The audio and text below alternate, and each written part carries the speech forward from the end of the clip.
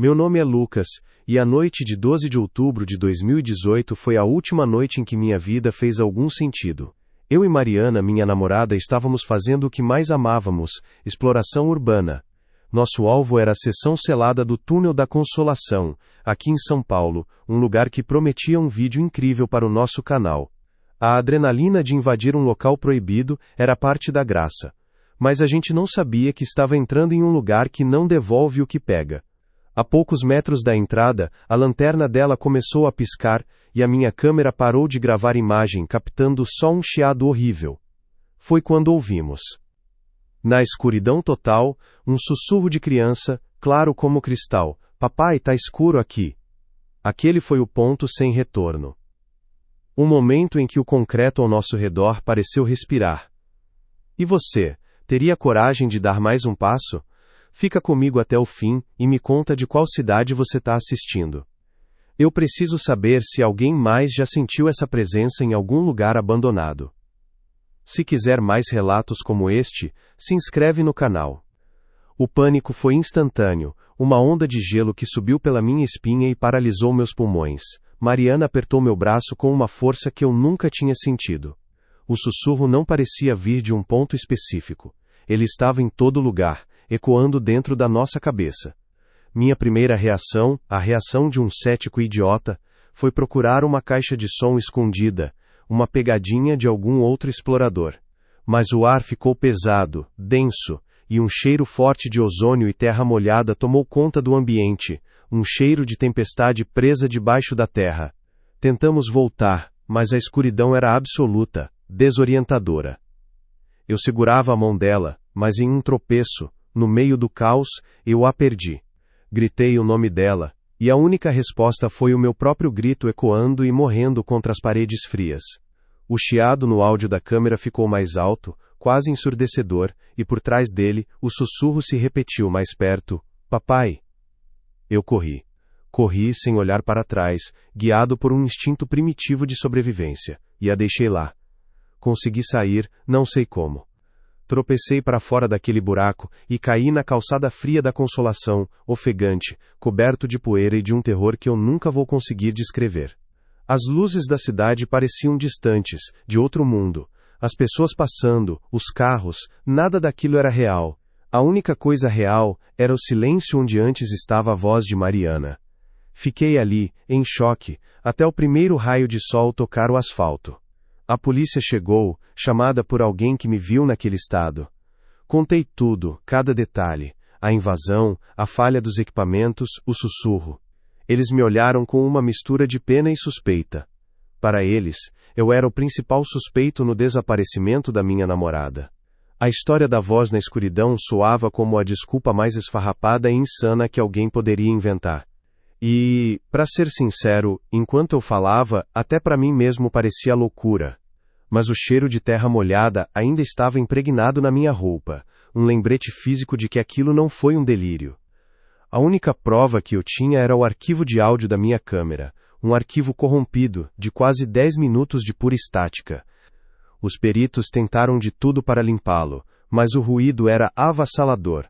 Eles me disseram que era provavelmente uma interferência eletromagnética, comum em estruturas subterrâneas com muita fiação antiga. Descartaram como inútil.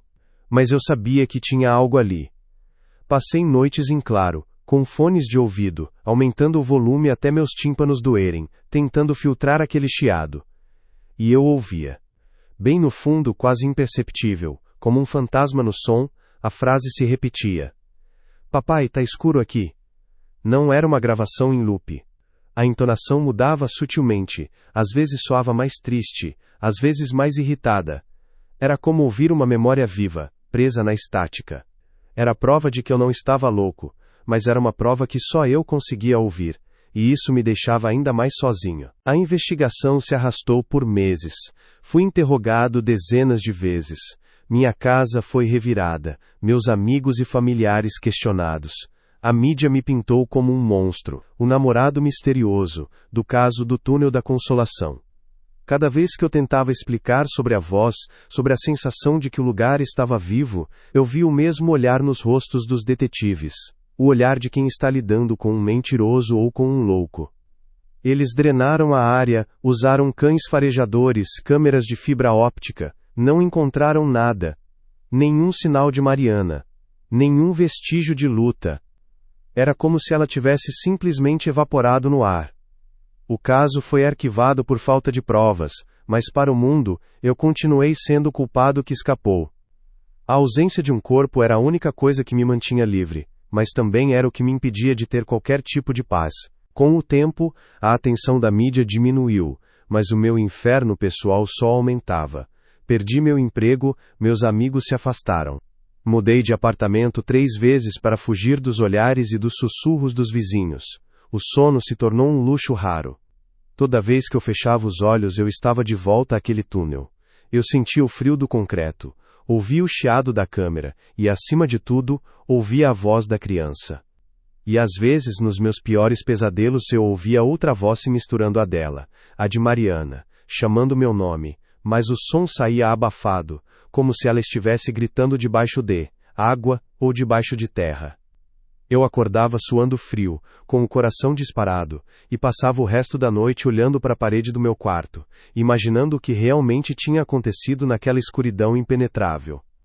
Comecei a pesquisar, fiquei obcecado pela história daquele túnel, passei a frequentar arquivos públicos, bibliotecas, fóruns obscuros na internet. Descobri que a lenda era mais antiga e mais sombria do que eu imaginava. A versão oficial dizia que a seção foi selada nos anos 40 por instabilidade geológica após um acidente fatal com um operário. Mas os relatos não oficiais, passados de boca em boca por famílias de antigos trabalhadores da obra, contavam uma história diferente, uma história de horror que ninguém queria que viesse à tona. Falavam de um pacto feito para garantir que a construção, que estava cheia de problemas e acidentes, fosse finalmente concluída. Um pacto que exigia um preço alto demais, um preço pago com sangue inocente para dar alma à estrutura. A lenda dizia que um dos engenheiros-chefes, um homem chamado Ramiro, estava desesperado. A obra estava atrasada, o solo era instável, e a pressão dos superiores era imensa. Ele teria recorrido a práticas obscuras, a rituais antigos para firmar a fundação. O boato mais terrível era que, durante um desabamento acidental, sua própria filha, uma menina de 7 anos chamada Clara, que o visitava no canteiro de obras naquele dia, foi soterrada. O corpo dela nunca foi recuperado. Oficialmente, foi uma tragédia. Mas a lenda sussurrava que não foi um acidente, foi um sacrifício. A estrutura não foi selada por segurança, mas para abafar os gritos da menina e os fenômenos que começaram a aterrorizar os operários logo depois. Eles ouviam choros, viam pequenos vultos correndo na escuridão e sentiam um frio inexplicável emanando das paredes. Conforme eu cavava mais fundo, mais casos estranhos ligados àquele muro de concreto apareciam. Nos anos 90, um morador de rua que costumava dormir encostado na parede selada foi encontrado vagando pela Avenida Paulista, completamente transtornado. Ele foi internado em um hospital psiquiátrico, e por semanas a única coisa que repetia era: a menina canta dentro da parede, a menina canta dentro da parede. Ninguém deu atenção, foi diagnosticado com esquizofrenia. Em 2005, um grupo de pichadores tentou deixar sua marca no muro. Eles fugiram em pânico depois que um deles teve um colapso nervoso, gritando que sentiu mãos pequenas e frias, o puxando para dentro do concreto, como se a parede fosse feita de areia movediça. Ele nunca mais tocou em uma lata de spray. Cada descoberta era como uma faca se cravando mais fundo no meu peito. O desaparecimento de Mariana não tinha sido um evento isolado. Era parte de um padrão horrível que se repetia a cada vez que alguém perturbava a paz daquele lugar. O túnel não era apenas um lugar assombrado, ele era uma armadilha. Ele atraía os curiosos, os céticos, os desavisados. E de vez em quando, ele pegava ele cobrava um pedágio. A polícia nunca conectou esses pontos. Para eles, eram incidentes separados e sem explicação. Um louco, um jovem drogado, e eu, um provável assassino. Mas eu via a linha que conectava tudo, a voz, o toque gelado, a sensação de ser observado pelo próprio concreto. A lenda estava viva, e Mariana tinha se tornado sua mais nova vítima. Os anos se passaram, 4, 5, 6 anos. A dor nunca diminuiu, apenas se transformou em uma cicatriz dormente que latejava em dias de chuva. Eu me tornei uma sombra, um recluso. O canal de exploração urbana acabou, obviamente. Vendi todo o equipamento, menos a câmera daquela noite. Eu a mantinha em uma caixa, no fundo do armário, como um lembrete do meu fracasso e da minha covardia. Eu tinha fugido. Eu a tinha deixado para trás. Essa culpa era um veneno que corroía minha alma todos os dias. Tentei terapia, tentei grupos de apoio, tentei seguir em frente. Mas como se segue em frente quando não há um fim? Como se aceita uma perda quando não há um corpo para chorar, apenas um eco de estática e um sussurro infantil? A verdade é que eu nunca saí daquele túnel. Uma parte de mim ficou lá, na escuridão, procurando por ela. Então, um dia, recebi um e-mail. Era de um homem chamado Dr. Arnaldo, um pesquisador de paranormalidade e historiador amador. Ele tinha lido sobre o meu caso anos atrás e, como eu, ficou obcecado. Ele não me via como um suspeito, mas como uma testemunha. Ele acreditava em mim. Por anos, ele vinha investigando a história do engenheiro Ramiro e, segundo o e-mail, ele tinha encontrado algo. Algo que mudaria tudo.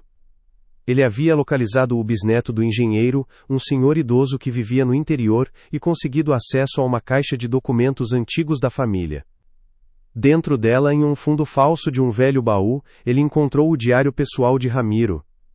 As páginas amareladas e frágeis continham a confissão de um crime tão monstruoso que desafiava a compreensão humana. Dr. Arnaldo me convidou para encontrá-lo em seu escritório, um lugar pequeno e abarrotado de livros e equipamentos estranhos. Ele parecia cansado, com olheiras profundas, como se não dormisse há dias.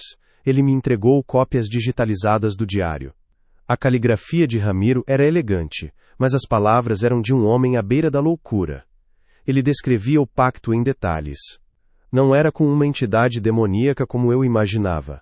Era algo mais antigo, mais primitivo, um pacto com a própria terra, com a memória do lugar. O ritual exigia um sacrifício, um guardião, para dar alma à estrutura, para que ela se sustentasse para sempre contra as falhas geológicas. A estrutura precisava de uma consciência, uma âncora viva, e ele escolheu a própria filha. A descrição do acidente era fria, calculista. Ele a levou para o canteiro de obras sob o pretexto de mostrar o progresso do seu grande projeto. Ele a posicionou no ponto exato onde sabia que a escoragem de madeira iria ceder. Ele escreveu sobre o som do desabamento, sobre os gritos dos outros operários, mas não escreveu nada sobre o grito da filha. Ele apenas escreveu: agora, a fundação tem uma alma. Clara será a guardiã eterna desta passagem. Sua solidão garantirá a segurança de milhares. Ele não a matou e a enterrou no concreto. Ele a fundiu com o concreto. A consciência da menina, seu medo, sua solidão, foram permanentemente impressos na estrutura. O túnel não abrigava o fantasma de uma criança. O túnel era a criança. Foi então que a peça mais terrível do quebra-cabeça se encaixou. Dr. Arnaldo apontou para uma passagem específica no final do diário. Ramiro escreveu que, com o tempo, a guardiã se sentiria solitária. E que, para se fortalecer, ela precisaria de companhia. Ela não matava suas vítimas. Ela as absorvia. Ela puxava suas consciências para dentro do concreto, para fazerem parte dela, para que suas vozes se juntassem ao seu eco eterno. O morador de rua, o pichador, eles escaparam por pouco. Mas Mariana não. Ela não estava morta no sentido convencional. Ela estava presa. Sua mente, sua essência, seu medo, tudo tinha sido assimilado pela entidade senciente e faminta que habitava aquelas paredes. Ela tinha se tornado parte do coro. Aquele pensamento era 1000 vezes pior do que a ideia de sua morte. Fiquei sem chão. A culpa que eu sentia se transformou em um horror absoluto. Eu não a tinha deixado para morrer. Eu a tinha deixado para ser consumida, para ser aprisionada para sempre em uma parede de concreto fria e escura. A imagem dela sozinha, consciente, presa naquele limbo por toda a eternidade. Aquilo quebrou o que restava de mim. Dr. Arnaldo, vendo meu estado, me disse que havia um grupo de jornalismo investigativo interessado na história. Eles tinham acesso a equipamentos de ponta, tecnologia que poderia provar a nossa teoria. Eram céticos, claro, mas a história do diário e os múltiplos incidentes os deixaram intrigados o suficiente para tentar.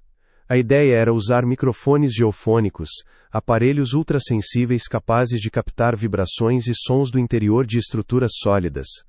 Eles queriam ouvir a parede. Eu hesitei. Voltar àquele lugar, mesmo que do lado de fora, parecia impossível. Mas a ideia de obter uma prova concreta, de talvez expor a verdade e de alguma forma doentia dar um fim àquilo foi mais forte. Eu concordei em participar, em mostrar a eles o ponto exato onde tudo aconteceu. A equipe era profissional, composta por uma repórter chamada Carla, um técnico de som e um cameraman. Eles me trataram com respeito, mas eu via a dúvida em seus olhos. Para eles, era uma pauta sobre uma lenda urbana que deu errado, e eu era a peça central e trágica da história. Montaram o equipamento em uma madrugada fria, exatamente 7 anos após o desaparecimento de Mariana. O silêncio da rua era pesado, carregado de expectativa e medo. O técnico de som posicionou os sensores geofônicos contra o muro de concreto. Eram discos de metal conectados a uma mesa de som complexa e a um gravador digital. Ele colocou fones de ouvido e seu rosto ficou pálido quase que instantaneamente. Ele fez um sinal para Carla, que também colocou um par de fones. A expressão dela mudou de ceticismo para puro choque. Ela me ofereceu os fones. Meu coração parecia que ia explodir. Com as mãos trêmulas, eu os coloquei. O som era baixo, mas inconfundível. Não era estática. Era um murmúrio, uma colagem de sons. Eu ouvi o que parecia ser uma cantiga de ninar antiga, desafinada e abafada. E por baixo dela, claro como no dia em que o ouvi pela primeira vez, o sussurro: "Papai, tá escuro aqui." Lágrimas escorreram pelo meu rosto. Era real. Eu não estava louco. Mas então, algo mais aconteceu. O técnico de som começou a mexer nos filtros, isolando frequências. Ele estava tentando limpar o áudio, separar as vozes. A cantiga de ninar e o sussurro da criança ficaram mais nítidos. E então, ele isolou uma terceira camada de som. Uma voz mais recente, mais clara. Uma voz que eu conheceria em qualquer lugar, mesmo distorcida pelo concreto e pelo desespero. Uma voz que assombrava meus sonhos há 7 anos. Era a voz de Mariana. E ela não estava gritando. Ela estava chamando, com uma clareza que congelou o sangue nas minhas veias. Ela dizia um nome. O meu nome. Lucas. Por que você me deixou aqui? Tá tão escuro. Aquele foi o som do meu mundo se desintegrando pela segunda vez. Carla tirou os fones de ouvido, o rosto branco como papel. O cameraman que estava gravando nossas reações baixou a câmera, visivelmente abalado. Ninguém disse uma palavra. O que havia para ser dito? Ali estava a prova. A prova de um horror que ia além da morte, além de qualquer coisa que a mente humana pudesse processar. Mariana estava lá dentro. Consciente. E ela sabia que eu a tinha abandonado. A dor da perda se misturou com a agonia da sua acusação, uma condenação que ecoaria de dentro daquela parede para sempre. Recolhemos o equipamento em silêncio e fomos embora. O sol estava nascendo, mas para mim a escuridão nunca mais iria embora. A matéria nunca foi ao ar. O áudio era perturbador demais, a história inacreditável demais. A emissora barrou a pauta, com medo de processos e do pânico que poderia causar. Mas o áudio vazou. Alguém da equipe, não sei quem, o soltou anonimamente na internet. Em poucos dias, viralizou. O eco do concreto, como ficou conhecido, se tornou o assunto mais comentado da cidade. As pessoas iam até o túnel, deixavam flores, velas. Algumas diziam ouvir os sussurros por conta própria. A histeria foi tanta que a prefeitura teve que agir. Mas eles não investigaram. Eles não tentaram resgatar nada nem ninguém. Eles silenciaram.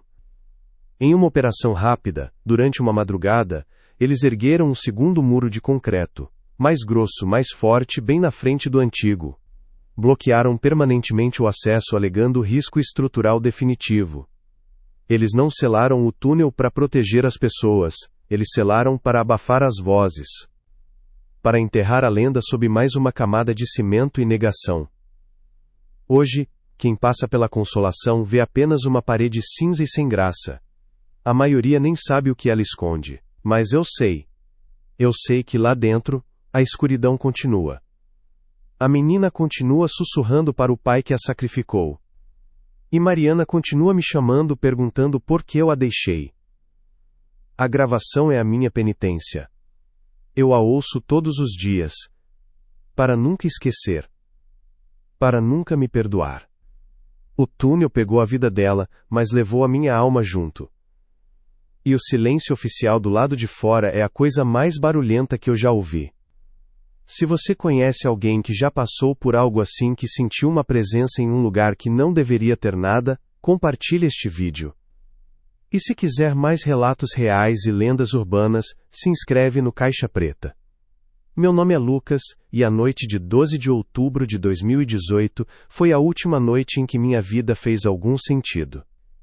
Eu e Mariana, minha namorada, estávamos fazendo o que mais amávamos: exploração urbana. Nosso alvo era a seção selada do Túnel da Consolação, aqui em São Paulo, um lugar que prometia um vídeo incrível para o nosso canal. A adrenalina de invadir um local proibido era parte da graça, mas a gente não sabia que estava entrando em um lugar que não devolve o que pega. A poucos metros da entrada, a lanterna dela começou a piscar, e a minha câmera parou de gravar a imagem, captando só um chiado horrível. Foi quando ouvimos. Na escuridão total, um sussurro de criança, claro como cristal: "Papai, tá escuro aqui." Aquele foi o ponto sem retorno. O momento em que o concreto ao nosso redor pareceu respirar. E você, teria coragem de dar mais um passo? Fica comigo até o fim, e me conta de qual cidade você está assistindo. Eu preciso saber se alguém mais já sentiu essa presença em algum lugar abandonado. Se quiser mais relatos como este, se inscreve no canal. O pânico foi instantâneo, uma onda de gelo que subiu pela minha espinha e paralisou meus pulmões. Mariana apertou meu braço com uma força que eu nunca tinha sentido, as unhas dela cravando na minha pele. O sussurro não parecia vir de um ponto específico, ele estava em todo lugar, como se as próprias paredes estivessem falando dentro da nossa cabeça. Minha primeira reação, a reação de um cético idiota, foi procurar uma caixa de som escondida, uma pegadinha de algum outro explorador. Mas o ar ficou pesado, denso, e um cheiro forte de ozônio e terra molhada tomou conta do ambiente, um cheiro de tempestade presa debaixo da terra. Tentamos voltar, mas a escuridão era absoluta, desorientadora. Eu segurava a mão dela com toda a minha força, mas em um tropeço, no meio do caos, eu a perdi. Gritei o nome dela, e a única resposta foi o meu próprio grito ecoando e morrendo contra as paredes frias. O chiado no áudio da câmera ficou mais alto, quase ensurdecedor, e por trás dele o sussurro se repetiu, mais perto, quase no meu ouvido: "Papai, eu corri." Corri sem olhar para trás, guiado por um instinto primitivo de sobrevivência. E a deixei lá. Consegui sair não sei como. Tropecei para fora daquele buraco e caí na calçada fria da Consolação, ofegante, coberto de poeira e de um terror que eu nunca vou conseguir descrever. As luzes da cidade pareciam distantes, de outro mundo. As pessoas passando, os carros buzinando, nada daquilo era real. A única coisa real era o silêncio onde antes estava a voz de Mariana. Fiquei ali, em choque, até o primeiro raio de sol tocar o asfalto. A polícia chegou, chamada por alguém que me viu naquele estado deplorável. Tentei contar tudo, cada detalhe: a invasão, a falha dos equipamentos, o sussurro. Eles me olharam com uma mistura de pena e suspeita. Para eles, eu era o principal suspeito no desaparecimento da minha namorada. A história da voz na escuridão soava como a desculpa mais esfarrapada e insana que alguém poderia inventar. E, para ser sincero, enquanto eu falava, até para mim mesmo parecia loucura.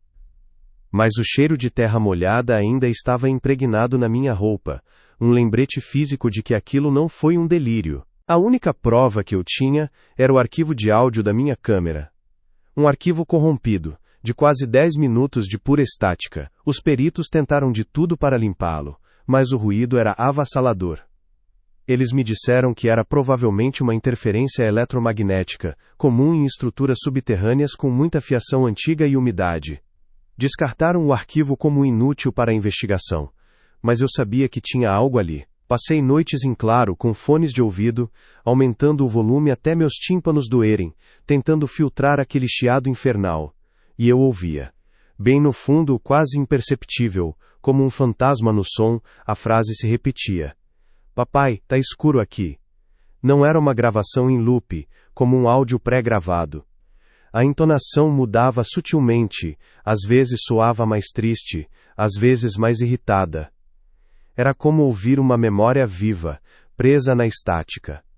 Era a prova de que eu não estava louco, mas era uma prova que só eu conseguia ouvir, e isso me deixava ainda mais sozinho. A investigação se arrastou por meses que pareceram séculos. Fui interrogado dezenas de vezes, sempre as mesmas perguntas, sempre o mesmo olhar de desconfiança. Minha casa foi revirada, meus amigos e familiares questionados sobre meu comportamento, sobre o meu relacionamento com a Mariana.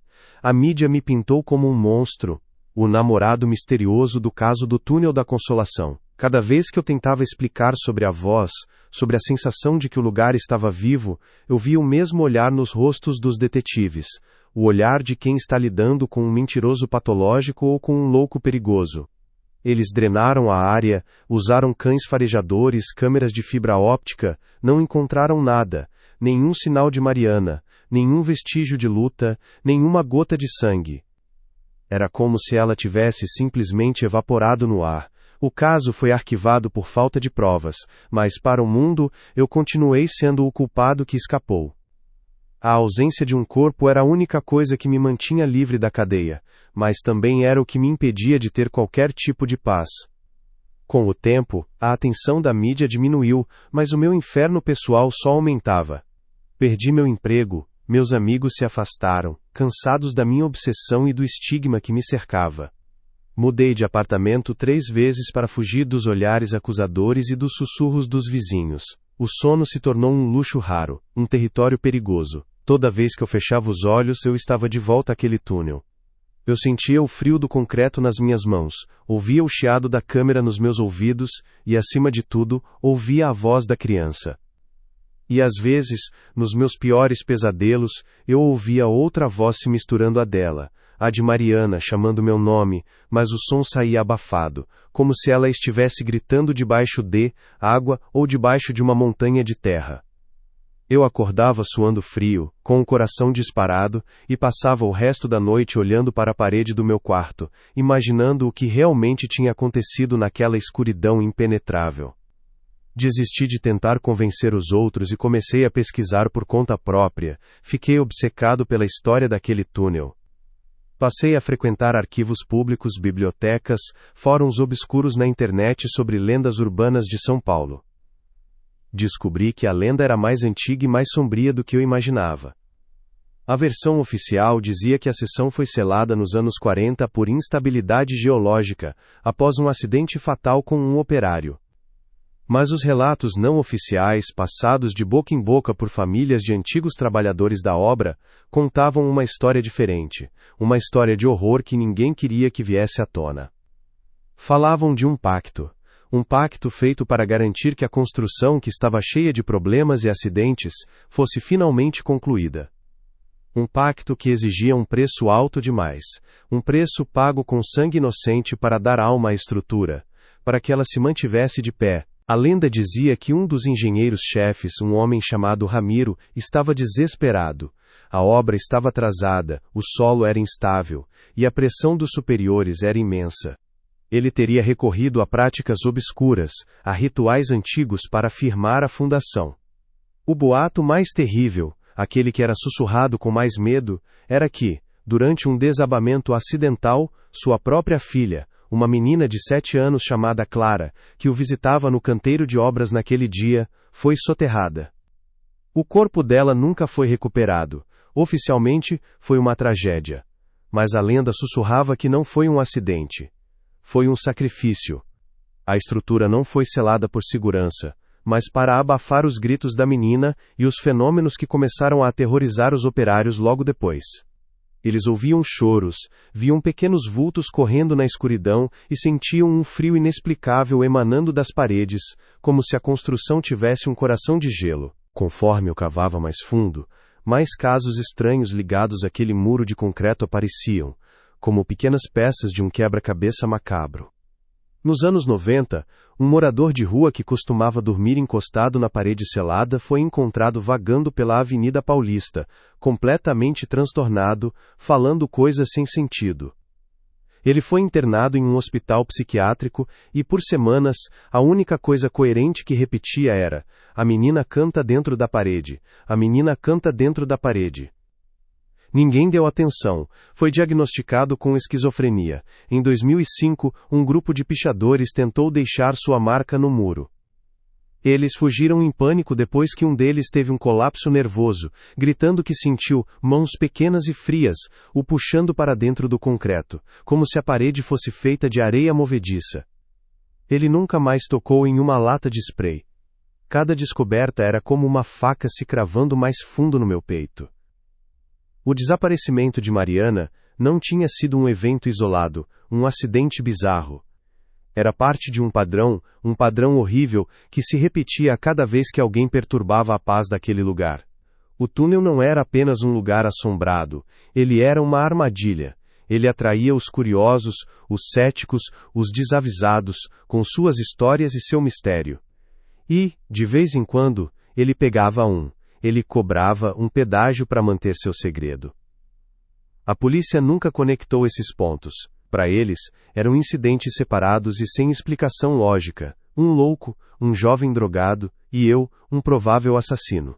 Mas eu via a linha que conectava tudo. A voz, o toque gelado, a falha eletrônica, a sensação de ser observado pelo próprio concreto. A lenda estava viva, e Mariana tinha se tornado sua mais nova vítima. Os anos se passaram. 4, 5, 6 anos. A dor nunca diminuiu, apenas se transformou em uma cicatriz dormente que latejava em dias de chuva. Eu me tornei uma sombra, um recluso. O canal de exploração urbana acabou, obviamente. Vendi todo o equipamento menos a câmera daquela noite. Eu a mantinha em uma caixa no fundo do armário, como um lembrete do meu fracasso e da minha covardia. Eu tinha fugido. Eu a tinha deixado para trás. Essa culpa era um veneno que corroía minha alma todos os dias. Tentei terapia, tentei grupos de apoio, tentei seguir em frente.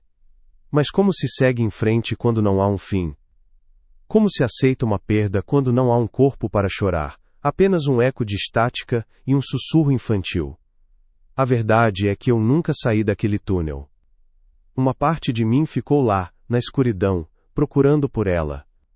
Eu achava que o pior já tinha passado, que o tempo transformaria o terror em uma memória distante e borrada. Estava enganado, o túnel não tinha me esquecido. A presença que eu senti lá dentro começou a vazar para minha vida, lentamente, como uma infiltração escura na parede da minha sanidade. Começou com o cheiro. O mesmo cheiro de ozônio e terra molhada, de tempestade subterrânea. Ele aparecia do nada, no meio da noite, no meu pequeno apartamento. Eu acordava com o cheiro impregnado nos lençóis, no travesseiro, procurava por vazamentos, mofo, qualquer explicação lógica, mas não encontrava nada. O cheiro vinha e ia sem aviso, um mensageiro invisível me lembrando de que a escuridão da consolação sabia onde eu morava. Era um lembrete constante de que eu não estava sozinho, mesmo na minha solidão autoimposta. Depois do cheiro, vieram os sons. O chiado da câmera, aquela estática que eu conhecia tão bem, começou a sangrar para outros aparelhos. Às vezes, a televisão desligada na tomada emitia um zumbido baixo, quase inaudível. O rádio do carro, entre uma estação e outra, reproduzia o mesmo ruído branco por alguns segundos. No começo, eu dizia a mim mesmo que era paranoia, que meu cérebro estava tão traumatizado que projetava aquele som em qualquer ruído aleatório. Mas uma noite, enquanto tentava dormir, ouvi algo novo. Um barulho metálico e arrastado vindo do corredor do prédio. Parecia o som de uma pá sendo arrastada no cimento. Espiei pelo olho mágico, mas não havia ninguém. O som continuou por quase 1 hora, me mantendo acordado, paralisado de medo na minha própria casa. O medo começou a se tornar palpável, físico. O ar no meu apartamento ficava pesado, gelado, mesmo nos dias mais quentes de verão. Eram pontos de frio específicos que se moviam. Eu estava na sala e, de repente, sentia um arrepio na nuca, como se alguém tivesse aberto a porta de um freezer bem atrás de mim. Eu me virava e não havia nada. O termostato marcava 30 graus, mas eu podia ver minha própria respiração se condensando no ar. Era o mesmo frio do túnel, um frio que não vinha do clima, mas de algo que sugava o calor do ambiente, que se alimentava da energia ao redor. E junto com o frio, vinha a sensação de estar sendo observado, uma pressão no ar, a certeza de que havia olhos na escuridão do meu próprio quarto. A dúvida entre imaginação e realidade me consumia. Eu estava enlouquecendo? Era estresse pós-traumático? Eu precisava de uma prova, algo que não pudesse ser explicado pela minha mente quebrada, e então, eu a tive. Numa manhã de inverno, acordei, e a janela do meu quarto estava completamente embaçada pela condensação. E ali, no canto inferior do vidro, havia uma marca. Uma pequena mão espalmada, do tamanho da mão de uma criança de 7 ou 8 anos. Os dedos eram finos, delicados, e a marca era perfeita, detalhada. Eu morava no 12º andar. Não havia como alguém ter chegado ali por fora. Fiquei olhando para aquela pequena mão, a prova silenciosa e aterrorizante de que a menina do túnel tinha vindo me visitar. Não era imaginação. Era real. E estava dentro da minha casa. Aquela pequena mão no vidro foi o catalisador. O medo deu lugar a uma determinação fria. Eu não podia mais fugir ou me esconder. Eu precisava entender o que era aquilo, o que queria de mim. Voltei à minha pesquisa com uma fúria renovada. Passei dias em arquivos de jornais antigos, lendo microfilmes até meus olhos arderem. Foi quando encontrei o nome dele, Ramiro Vilar, o engenheiro-chefe da obra. As reportagens da época o tratavam como um visionário, um homem determinado a concluir um projeto impossível. Encontrei a notícia do acidente com o operário, uma nota pequena e sem detalhes. Em outra página, uma nota social sobre o aniversário de 7 anos de sua filha, Clara Vilar, publicada 2 semanas antes do desabamento que, segundo a lenda, a levou.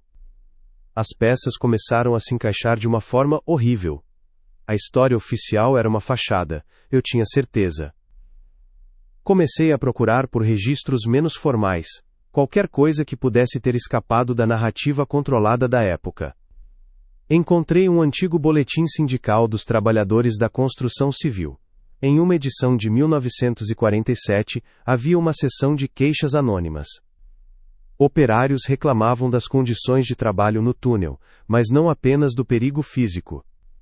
Falavam de ecos estranhos, de ferramentas que sumiam e reapareciam em lugares impossíveis, de uma tristeza que vinha das paredes, e que deixava os homens desanimados e com medo. Um dos relatos mencionava especificamente a seção que seria selada, descrevendo-a como um lugar que parece respirar. Ninguém levou a sério. Foram tratadas como superstições de trabalhadores cansados. Eu precisava encontrar alguém, qualquer pessoa que tivesse uma conexão direta com aquela época. A maioria dos nomes no boletim já teria morrido há muito tempo, mas talvez seus filhos, seus netos. Escolhi um nome, um tal de Afonso Pereira, que tinha feito uma das queixas mais detalhadas. Com a ajuda de registros públicos e redes sociais, depois de semanas de becos sem saída, encontrei seu neto, um senhor de quase 80 anos chamado Silvio, que vivia em uma cidadezinha no interior. Liguei para ele, o coração na boca, esperando que ele desligasse na minha cara, me chamando de louco. Mas quando eu mencionei o nome de Ramiro Vilar e o Túnel da Consolação, houve um longo silêncio do outro lado da linha. A voz de Silvio era fraca, trêmula, carregada pelo peso de uma memória que ele foi forçado a guardar por toda a vida. Ele me contou o que seu avô, Afonso, lhe contava em segredo quando ele era criança. Histórias que sua avó o proibia de ouvir. Afonso dizia que Ramiro não era apenas um engenheiro. Ele era um homem obcecado que flertava com o ocultismo. Ele dizia que, nas semanas que antecederam o acidente da filha, Ramiro foi visto desenhando símbolos estranhos no chão do túnel e recitando palavras em uma língua que ninguém entendia. E ele me contou o detalhe mais perturbador de todos, algo que nunca tinha aparecido em nenhuma lenda. O avô dele jurava que dias depois do soterramento eles encontraram uma das bonecas de Clara. Ela não estava nos escombros. Estava dentro de uma parede de concreto recém-seca, como se o cimento a tivesse engolido. Essa nova informação mudou tudo. A entidade do túnel não era apenas um eco, um fantasma preso a um lugar. Era algo ativo, faminto. Algo que puxava as coisas para dentro de si. A boneca, as ferramentas dos operários e Mariana. A imagem dela sendo lentamente envolvida pelo concreto, se tornando parte da estrutura, me assaltou com uma violência que me deixou sem ar. A loucura do morador de rua, o pânico do pichador que sentiu mãos o puxando, tudo fazia sentido agora. O túnel não assombrava, ele assimilava. E, de alguma forma, ao me conectar com aquela história, ao cavar o passado, eu tinha chamado sua atenção. A presença no meu apartamento não era uma visita. Era um convite. Ele estava me mostrando do que era capaz, me lembrando que, se quisesse, poderia me buscar também. O terror na minha casa escalou. O arrastar metálico no corredor ficou mais frequente, mais alto. Uma noite, a luz do meu abajur começou a piscar em um ritmo estranho. 3 piscadas curtas, uma pausa, 3 piscadas curtas. Um padrão. Repetitivo. Intencional. Em pânico, arranquei o abajur da tomada. As piscadas pararam. Mas então, a luz do teto, controlada por um interruptor do outro lado do quarto, começou a piscar no mesmo padrão. 3 piscadas. Pausa. 3 piscadas. Era uma comunicação, uma forma primitiva e aterrorizante de dizer eu estou aqui, e posso tocar em qualquer coisa. Eu não estava mais seguro em lugar nenhum. A fronteira entre o túnel e a minha vida tinha se desfeito completamente. Comecei a deixar um gravador de voz ligado durante a noite, na esperança desesperada de capturar alguma prova do que estava acontecendo. Por semanas, gravei apenas o silêncio do meu apartamento e o som da minha própria respiração inquieta. Eu estava prestes a desistir, a aceitar que talvez eu realmente estivesse perdendo a cabeça. Mas uma manhã, ao ouvir a gravação da noite anterior, eu encontrei algo. Por volta das 3 da manhã, em meio a quase uma hora de silêncio absoluto, havia um som. Era baixo, quase um sussurro no limite da audição. Não era a voz da criança. Era uma melodia. Uma mulher cantarolando uma música que eu conhecia muito bem. Era a música preferida de Mariana, uma canção que eu a ouvi cantarolar centenas de vezes. O sangue gelou nas minhas veias, a melodia estava distorcida, como se viesse de muito longe, através de uma parede grossa, mas era inconfundível. Não era o túnel me assombrando com sua própria memória, era o túnel me assombrando com as minhas. Ele tinha absorvido Mariana, e com ela, suas memórias, seus gostos, seu amor por aquela canção. E agora, estava usando isso contra mim. Era uma tortura psicológica de uma crueldade inimaginável. Era a prova de que ela não estava em paz, que sua consciência ainda existia, fragmentada, presa, sendo usada como um fantoche por aquela entidade de concreto e solidão. A dor daquela descoberta foi maior do que a dor da sua perda. Perder alguém é terrível. Saber que essa pessoa está sendo eternamente usada para assombrar quem ela amava é um inferno. Passei dias ouvindo aquele pequeno trecho de áudio tentando limpá-lo, isolar a melodia. Usei programas de edição, filtros, tudo o que pude encontrar. E foi então que percebi algo por trás do cantarolar. Um outro som, rítmico, constante e profundo. Eu aumentei o ganho, filtrei as frequências altas, e o som ficou mais claro. Era uma pulsação, lenta, pesada, orgânica, tum-dum, como um coração. Um coração gigantesco, batendo no ritmo de uma criatura adormecida. Não era o coração de uma pessoa. Era grave demais, ressonante demais. Era o som da própria estrutura. O som do concreto vivo. Naquele momento, eu entendi. Não havia um fantasma no túnel. O túnel era o fantasma. O túnel era o corpo. E dentro dele batia um coração feito de escuridão, pedra e as almas que ele tinha devorado. A revelação me deixou em um estado de torpor. Eu estava lidando com algo que desafiava todas as leis da física e da razão. Uma estrutura arquitetônica que se tornou uma entidade predatória senciente. As visitas ao meu apartamento, os sons, o frio, não eram avisos, eram o começo do processo. Ele estava me estudando, me cercando, como uma aranha tecendo sua teia. O que ele queria? Me levar também, me punir por ter escapado, ou talvez ele quisesse que eu fizesse algo. A resposta, eu sentia, estava em Ramiro Vilar. Ele tinha criado aquele monstro. Talvez, em algum lugar ele tivesse deixado a chave para entendê-lo, ou até mesmo para detê-lo. Minha busca não era mais apenas por Mariana, era pela minha própria sobrevivência. Eu precisava encontrar algo que Ramiro tivesse deixado para trás, um diário, anotações, qualquer coisa que explicasse o que ele tinha despertado debaixo das ruas de São Paulo. Minha busca por Ramiro Vilar se tornou a única coisa que me mantinha de pé. Era uma obsessão que consumia cada segundo do meu dia. Passei semanas trancado em arquivos municipais, com o cheiro de poeira e papel velho se tornando o meu único perfume. Meus olhos ardiam depois de horas encarando telas de microfilme, lendo jornais e plantas de construção da década de 40. Eu procurava por qualquer coisa, anotações de projeto, cartas, registros de funcionários, mas era como procurar uma agulha num palheiro de 70 anos. Ramiro Vilar era um fantasma nos registros públicos. Um nome em documentos oficiais, elogiado pela sua genialidade e determinação, mas sem nenhuma face, nenhuma história pessoal. Era um beco sem saída atrás do outro, e a cada noite eu voltava para o meu apartamento assombrado, mais derrotado e com mais medo. A sensação era de que eu estava correndo contra o tempo, mas o meu inimigo era o tempo em si. A frustração estava me consumindo. Eu estava prestes a desistir, a me internar, a aceitar que a loucura tinha finalmente me vencido. Foi quando, em um fórum online esquecido sobre a história da engenharia paulistana, encontrei um post de 3 anos atrás.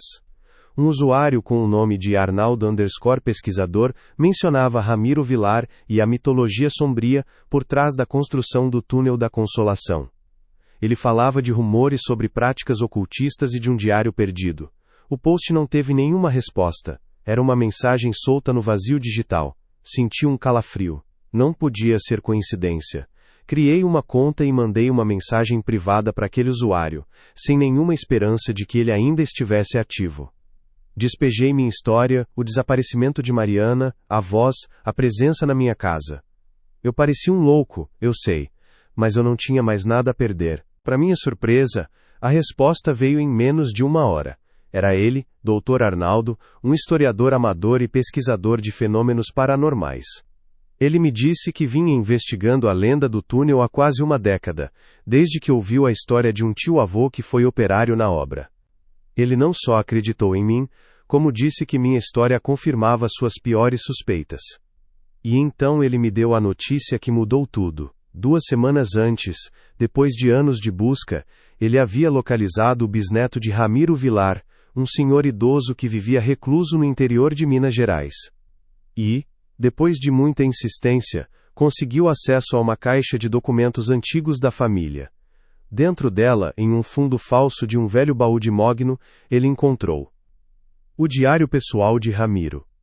As páginas amareladas e frágeis continham a confissão de um crime tão monstruoso que desafiava a compreensão humana.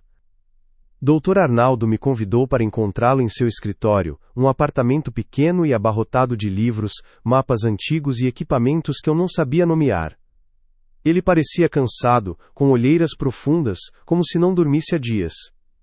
Ele não perdeu tempo com formalidades. Apenas me entregou cópias digitalizadas do diário. A caligrafia de Ramiro era elegante, quase artística, mas as palavras que formava eram de um homem à beira da loucura, ou talvez muito além dela. Ele não escrevia como um engenheiro, mas como um sacerdote de algum culto profano. Ele descrevia o pacto em detalhes. Não era com uma entidade demoníaca como eu imaginava. Era algo mais antigo, mais primitivo, um pacto com a própria terra, com o que ele chamava de a memória do lugar, um espírito faminto que dormia sob a cidade. O diário revelava a verdade por trás da instabilidade geológica. A obra estava afundando, desabamentos eram constantes, e os operários se recusavam a trabalhar. Ramiro, desesperado e mergulhado em seus estudos arcanos, acreditava que a terra estava rejeitando a ferida de concreto que ele estava abrindo nela. O ritual que ele encontrou em um livro antigo dizia que, para apaziguar o espírito do lugar, a estrutura precisava de uma alma. Uma âncora viva, uma consciência que se fundisse ao concreto e o tornasse parte da terra, em vez de um invasor. A estrutura precisava de um guardião. E nas páginas seguintes, com uma frieza que me causou náuseas, ele descreveu como escolheu a guardiã perfeita, sua própria filha, Clara. Sangue do meu sangue para dar vida à minha obra, ele escreveu. A descrição do acidente era fria, calculista. Ele a levou para o canteiro de obras sob o pretexto de mostrar o progresso do seu grande projeto. Ele a posicionou no ponto exato, onde sabia que a escoragem de madeira iria ceder, um ponto que ele mesmo havia sabotado na noite anterior. Ele escreveu sobre o som do desabamento, sobre os gritos dos outros operários. Mas não escreveu nada sobre o grito da filha. Ele apenas escreveu: agora, a fundação tem uma alma. Clara será a guardiã eterna desta passagem. Sua solidão garantirá a segurança de milhares. Ele não a matou e a enterrou no concreto. Ele a fundiu com o concreto. A consciência da menina, seu medo, sua solidão, foram permanentemente impressos na estrutura. O túnel não abrigava o fantasma de uma criança. O túnel era criança. Cada palavra que eu lia era como um soco no estômago. A voz que eu ouvi, papai tá escuro aqui, não era um eco do passado. Era um pensamento presente, repetido por 70 anos pela mente de uma criança aprisionada na escuridão eterna. A pequena mão no vidro da minha janela, era a mão dela, tentando tocar o mundo do qual foi arrancada. O frio, o cheiro, as falhas eletrônicas, eram manifestações da sua tristeza e do seu poder. Eu não estava sendo assombrado por um fantasma. Eu estava sendo tocado pela agonia de uma vítima, uma agonia tão poderosa que se tornou uma força da natureza, capaz de dobrar a realidade ao seu redor. A lenda urbana era real, mas a verdade por trás dela era infinitamente mais cruel e perversa do que qualquer boato poderia imaginar. Foi então que a peça mais terrível do quebra-cabeça se encaixou. Dr. Arnaldo apontou para uma passagem específica no final do diário, escrita meses depois do sacrifício. Ramiro escreveu que o ritual tinha um efeito colateral que ele não previu. Com o tempo, a guardiã se sentiria solitária. E que, para se fortalecer, para manter a estrutura coesa, ela precisaria de companhia. Ela não matava suas vítimas no sentido tradicional, ela as absorvia. Ela puxava suas consciências para dentro do concreto, para fazerem parte dela, para que suas vozes se juntassem ao seu eco eterno. O morador de rua, o pichador, eles escaparam por pouco, mas Mariana não. Ela não estava morta, ela estava presa. Sua mente, sua essência, seu medo, tudo tinha sido assimilado. Aquele pensamento era 1000 vezes pior do que a ideia de sua morte. A morte tem um fim. Aquilo não. Fiquei sem chão. A culpa que eu sentia se transformou em um horror absoluto. Eu não a tinha deixado para morrer. Eu a tinha deixado para ser consumida, para ser aprisionada para sempre em uma parede de concreto fria e escura. A imagem dela sozinha, consciente, presa naquele limbo por toda a eternidade. Aquilo quebrou o que restava de mim. Ela tinha se tornado parte do coro. A melodia que eu ouvi no gravador não era uma memória. Era ela, agora, cantando na escuridão para a única companhia que tinha. Uma menina assustada que esperava pelo pai há 7 décadas. A minha covardia não a condenou à morte. A condenou a um inferno do qual não havia escapatória. O diário de Ramiro também explicava por que eu estava sendo assombrado. Ele escreveu que a entidade Clara se conectava àqueles que sentiam uma perda profunda ligada ao túnel. Ela sentia minha dor pela Mariana, minha culpa. E, na sua lógica infantil e distorcida, ela estava tentando se comunicar, me mostrar o que tinha acontecido. As manifestações no meu apartamento não eram ameaças.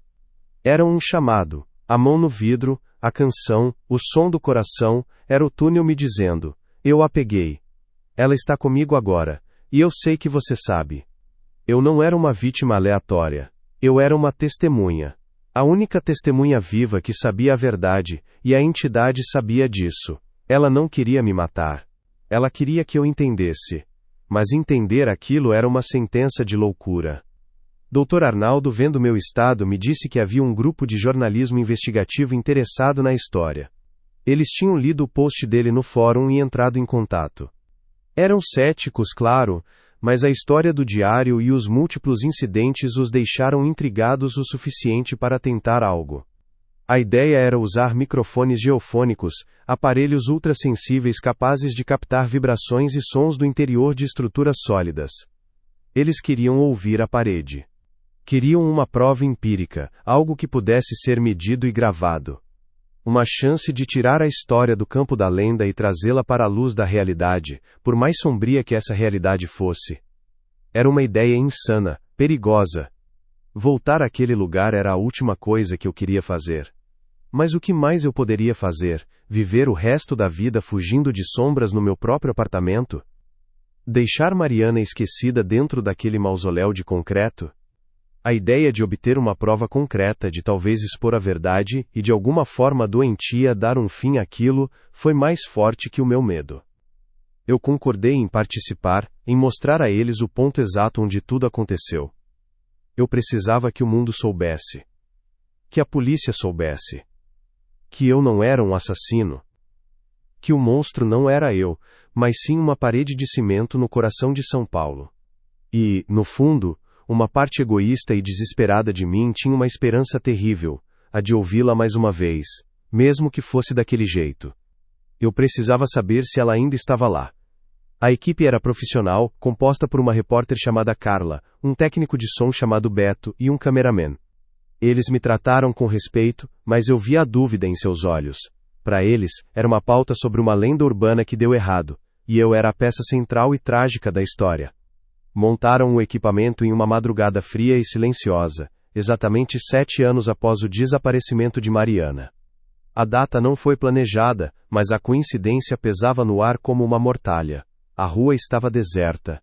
O único som era o zumbido dos postes de luz e o barulho distante do tráfego na avenida. O ar estava carregado de eletricidade estática, e o cheiro de ozônio e terra molhada estava de volta, mais forte do que nunca. O túnel sabia que estávamos ali. Beto, o técnico de som, posicionou os sensores geofônicos contra o muro de concreto. Eram discos de metal pesados, conectados por cabos grossos a uma mesa de som complexa e a um gravador digital. Ele colocou fones de ouvido profissionais, daqueles que isolam todo o som externo, e seu rosto ficou pálido quase que instantaneamente. Seus olhos se arregalaram. Ele não disse nada, apenas fez um sinal para Carla, que também colocou um par de fones. A expressão dela mudou de ceticismo profissional para puro choque em questão de segundos. Ela levou a mão à boca, como se para impedir um grito de escapar. Então, ela olhou para mim. E me ofereceu os fones.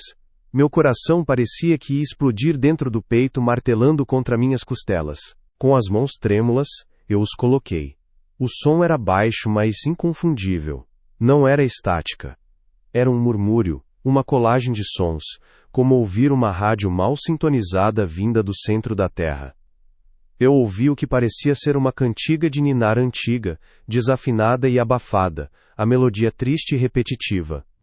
E por baixo dela, claro como no dia em que o ouvi pela primeira vez, o sussurro da menina: "Papai, tá escuro aqui." Lágrimas quentes e silenciosas escorreram pelo meu rosto. Era real. Eu não estava louco. Tudo era real. O diário, a lenda, a dor, tudo estava ali, vibrando dentro daquela parede. Era a validação mais horrível que alguém poderia receber. Eu estava ouvindo a prova de que o inferno existia, e ficava a poucos metros da Avenida Paulista. Mas então, algo mais aconteceu. O técnico de som, Beto, não parecia satisfeito. Para ele aquilo não era um fantasma, era um sinal de áudio a ser decifrado. Seus dedos dançavam sobre os botões da mesa de som, com uma concentração que era quase uma profanação naquele momento sagrado de terror. Ele começou a mexer nos filtros, isolando frequências, cortando os ruídos mais graves e os chiados mais agudos. Ele estava tentando limpar o áudio, separar as vozes, como um arqueólogo limpando a poeira de um osso antigo. Eu queria gritar para ele parar, para deixar os mortos em paz, mas eu estava paralisado. Uma parte de mim, a parte que ainda era o explorador cético, Precisava ver até onde aquilo ia. Eu precisava da prova final, da faca que cortaria de vez a minha sanidade. O som nos meus fones de ouvido começou a mudar. O ronco profundo e baixo que parecia a respiração da estrutura desapareceu, filtrado.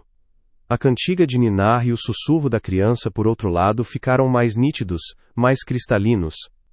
Era como se Beto tivesse removido uma cortina de água suja de frente para eles.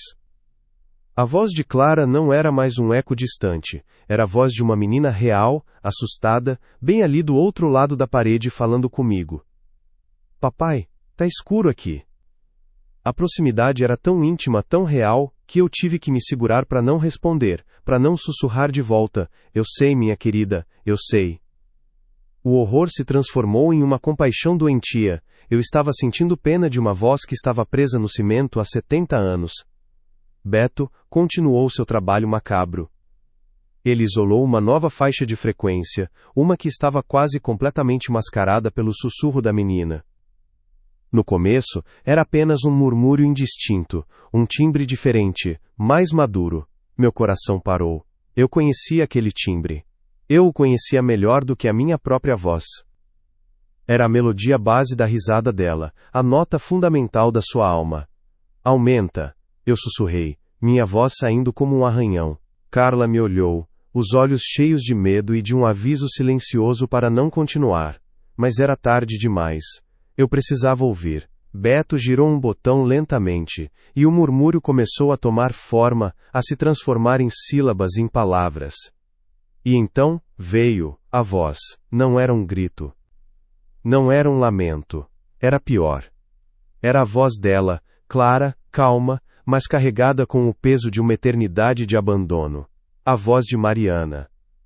E ela não estava chamando por socorro. Ela estava me chamando. Pelo meu nome. Com uma clareza que congelou o sangue nas minhas veias e fez cada pelo do meu corpo se eriçar, ela disse: Lucas, por que você me deixou aqui? Tá tão escuro. A pergunta não era de raiva. Era de uma tristeza infinita, a pergunta de alguém que esperou por uma resposta por 7 longos anos na escuridão, no frio. E a resposta, ela sabia, era que não havia resposta. Havia apenas a minha covardia. Aquele foi o som do meu mundo se desintegrando pela segunda vez. A primeira foi quando a perdi na escuridão. A segunda foi quando a encontrei de novo. Tirei os fones de ouvido com um movimento violento, como se eles estivessem queimando minha pele, e os joguei no chão. Minhas pernas cederam e eu caí de joelhos no asfalto frio, o som da voz dela ainda ecoando dentro do meu crânio mais alto do que qualquer som do mundo real. Eu não a tinha deixado para morrer. Eu a tinha deixado para ser julgada, para ser questionada para sempre pela minha falha, em um tribunal de concreto e escuridão. A culpa que eu carregava não era mais uma memória. Era uma sentença, e eu tinha acabado de ouvir a juíza pronunciá-la. Carla arrancou os fones de ouvido, o rosto branco como papel, os olhos fixos na parede como se ela pudesse ver através dela. O cameraman, que estava gravando nossas reações, baixou a câmera lentamente, o profissionalismo completamente quebrado, o rosto contorcido em uma máscara de incredulidade e pavor. Apenas Beto permaneceu com os fones, congelado, as mãos pairando sobre a mesa de som, como se tivesse medo de tocar em algo amaldiçoado. Ninguém disse uma palavra. O que havia para ser dito? Ali estava a prova. A prova de um horror que ia além da morte e além de qualquer coisa que a mente humana pudesse processar. Mariana estava lá dentro. Consciente. E ela sabia que eu a tinha abandonado. O silêncio foi quebrado por um som que veio dos fones de ouvido caídos no chão, alto o suficiente para todos nós ouvirmos. A voz de Mariana tinha parado. Mas as outras vozes, a de Clara e a da cantiga de ninar, pareceram mais altas, mais agitadas, como se a pergunta de Mariana as tivesse despertado de um torpor. E por trás delas, um novo som começou a surgir. Outros sussurros. Dezenas deles. Homens, mulheres, vozes indistintas, sobrepostas, um coro de almas perdidas, todas murmurando em uma cacofonia de desespero. O túnel não guardava apenas 2 vozes. Guardava todas as suas vítimas. E nós as tínhamos acordado. Aquilo foi o nosso limite. Beto finalmente arrancou os fones e começou a desligar o equipamento com uma pressa febril, as mãos tremendo tanto que ele mal conseguia desconectar os cabos. Ninguém deu a ordem. Ninguém precisou. O instinto de sobrevivência gritava mais alto que qualquer pauta jornalística. Recolhemos tudo em um silêncio aterrorizado, jogando os equipamentos caros na van sem nenhum cuidado. Cada segundo que passávamos ali, perto daquela parede, parecia nos sugar a energia, o calor.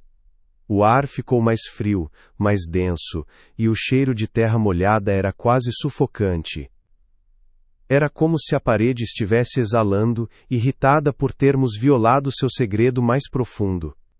Enquanto a equipe se apressava para entrar na van, eu fiquei para trás por um instante, incapaz de tirar os olhos daquele muro cinza e sem vida. O sol estava começando a nascer, pintando o céu de São Paulo, com tons de laranja e roxo, mas sua luz parecia não tocar aquela parede. Ela permanecia na sombra, uma mancha de escuridão permanente na paisagem da cidade. Eu não precisava mais dos fones de ouvido. Eu podia ouvi-la, não com os meus ouvidos, mas com a minha alma. A pergunta dela estava gravada em mim, uma cicatriz sonora que nunca iria cicatrizar. Por que você me deixou aqui? Entrei na van e bati a porta. Ninguém olhou para trás enquanto nos afastávamos. Deixamos para trás a parede, as vozes, a prova de um inferno na terra. Mas eu sabia, com uma certeza que gelava os meus ossos, que eu não estava deixando nada para trás. Eu estava levando o túnel comigo. A voz dela não era mais um eco no concreto. Era um eco dentro de mim. E eu a ouviria pelo resto da minha vida, toda vez que fechasse os olhos, toda vez que o silêncio da noite chegasse. A investigação tinha acabado. Minha penitência estava apenas começando. A matéria nunca foi ao ar. Carla me ligou no dia seguinte, a voz embargada. A direção da emissora vetou a pauta. Era inacreditável demais, perturbadora demais. Eles tinham medo de processos, de pânico em massa, de serem ridicularizados. A verdade era muito feia para a televisão. Eles escolheram o silêncio. Mas o silêncio não durou muito. Uma semana depois, o áudio vazou na internet. Não sei quem foi. Suspeito que Beto, o técnico de som. Talvez ele achasse que o mundo precisava saber, ou talvez ele só quisesse se livrar do peso que carregava. O arquivo, batizado anonimamente de O Eco do Concreto, se espalhou como uma praga digital. No começo, foi tratado como uma farsa bem elaborada. Mas então as pessoas começaram a ouvir com fones de ouvido de qualidade, em quartos escuros, e o horror se tornou real. A cidade entrou em um estado de histeria coletiva. O muro selado na Consolação virou um ponto de peregrinação macabra. As pessoas deixavam flores, velas, cartazes com o nome de Mariana.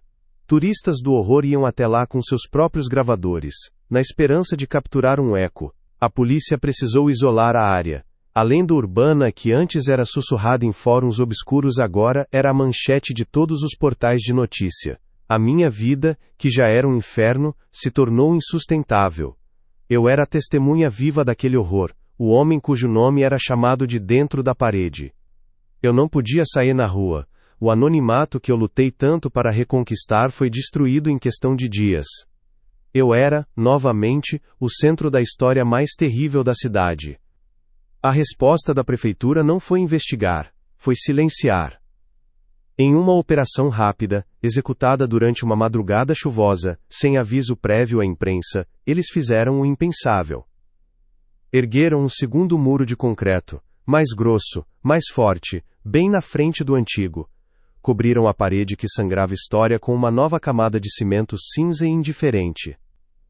A justificativa oficial, estampada em uma nota seca, foi a mesma de 80 anos atrás, mas com palavras mais modernas: risco estrutural definitivo. Eles não estavam protegendo as pessoas do túnel. Estavam protegendo o túnel das pessoas. Estavam enterrando a verdade sob mais concreto, na esperança de que o esquecimento fizesse o trabalho que a lógica não conseguia. Hoje, quem passa pela Consolação vê apenas uma parede lisa e sem graça, pichada com frases aleatórias que não têm ideia do que escondem. O memorial improvisado se foi, a curiosidade diminuiu. A cidade seguiu em frente, como as cidades sempre fazem. Mas eu não segui. Eu sei o que está lá atrás. Eles não construíram um muro. Construíram a laje de um túmulo. Um túmulo onde as pessoas lá dentro ainda estão vivas. E com aquele segundo muro, eles não apenas silenciaram as vozes para o mundo exterior. Eles tornaram a prisão de Mariana, de Clara e de quantos outros estiverem lá dentro, ainda mais escura, ainda mais solitária. Eles dobraram a sentença. E essa cumplicidade silenciosa de toda uma cidade é, para mim, tão monstruosa quanto o sacrifício original de Ramiro. Eu tenho a gravação. O arquivo original limpo por Beto. Eu a ouço todos os dias. Não porque eu queira, mas porque eu preciso. É a minha penitência. É a única coisa que me impede de fingir que foi tudo um pesadelo. Eu coloco os fones de ouvido e ouço a cantiga de Ninar, o sussurro de Clara e a pergunta de Mariana. É um ritual de autoflagelação, um lembrete diário da minha covardia. Às vezes, acho que consigo ouvir novos sussurros se formando no fundo, vozes que não estavam lá antes. O coro está crescendo, o túnel continua com fome, mesmo atrás de duas paredes, e eu sou o único que ainda se senta para ouvir o seu lamento. As coisas no meu apartamento pararam, o cheiro, o frio, as luzes piscando, tudo se foi depois daquela noite. No começo, pensei que fosse um alívio. Mas logo entendi a verdade aterrorizante. A entidade não precisa mais chamar minha atenção, ela não precisa mais me mandar sinais. A conexão foi estabelecida de forma permanente. O túnel não está mais lá fora, ele está aqui dentro, na minha cabeça. O silêncio na minha casa é mais assustador do que qualquer som paranormal, porque agora eu sei que não estou sozinho. A presença não se foi. Ela apenas se acomodou, quieta, sabendo que eu nunca mais vou escapar dela. O túnel não precisa mais gritar, eu já ouvi. A única coisa que resta é um sinal sutil, quase poético em sua crueldade. De vez em quando, em dias muito úmidos, eu vejo uma pequena mão espalmada, marcada na condensação de alguma superfície de vidro, no espelho do banheiro depois de um banho quente, na janela do metrô em um dia de chuva, no vidro de uma vitrine pela qual passo apressado. É sempre a mesma mãozinha, pequena e delicada. Não é mais um chamado de socorro vindo de dentro do meu apartamento. É uma marca, um lembrete silencioso que me segue por toda a cidade, me dizendo que não importa para onde eu corra, eu sou propriedade daquele lugar. Eu sou a testemunha que ela escolheu, e ela nunca vai me deixar esquecer. Eu não luto mais. Não tento mais provar nada para ninguém. Eu aceitei meu papel. Eu sou o guardião da memória do eco do concreto. Eu conto essa história não para buscar redenção, pois sei que não há nenhuma para mim, mas como um aviso. Um aviso de que há lugares neste mundo que são mais antigos e mais famintos do que a nossa compreensão. Lugares que têm memória, que têm vontade. E que, às vezes, quando você encara o abismo, ele não apenas encara de volta. Ele te chama pelo nome. E te pergunta por que você o deixou para trás. A cidade finge que a parede é muda. Os carros passam, as pessoas vivem suas vidas a poucos metros de um inferno senciente. O maior horror não é o que está dentro do túnel, é a facilidade com que todos nós aprendemos a ignorar os gritos que vêm debaixo do asfalto. O silêncio lá fora é ensurdecedor, mas aqui dentro, na minha cabeça, o eco é eterno. Eu sou a seção selada agora. E aqui dentro, está sempre escuro. E você, já viveu algo assim? Comenta aí, eu preciso saber se não estou sozinho nesse sentimento. E se quiser ouvir mais histórias como essa que a gente prefere fingir que não são reais, se inscreve no Caixa Preta.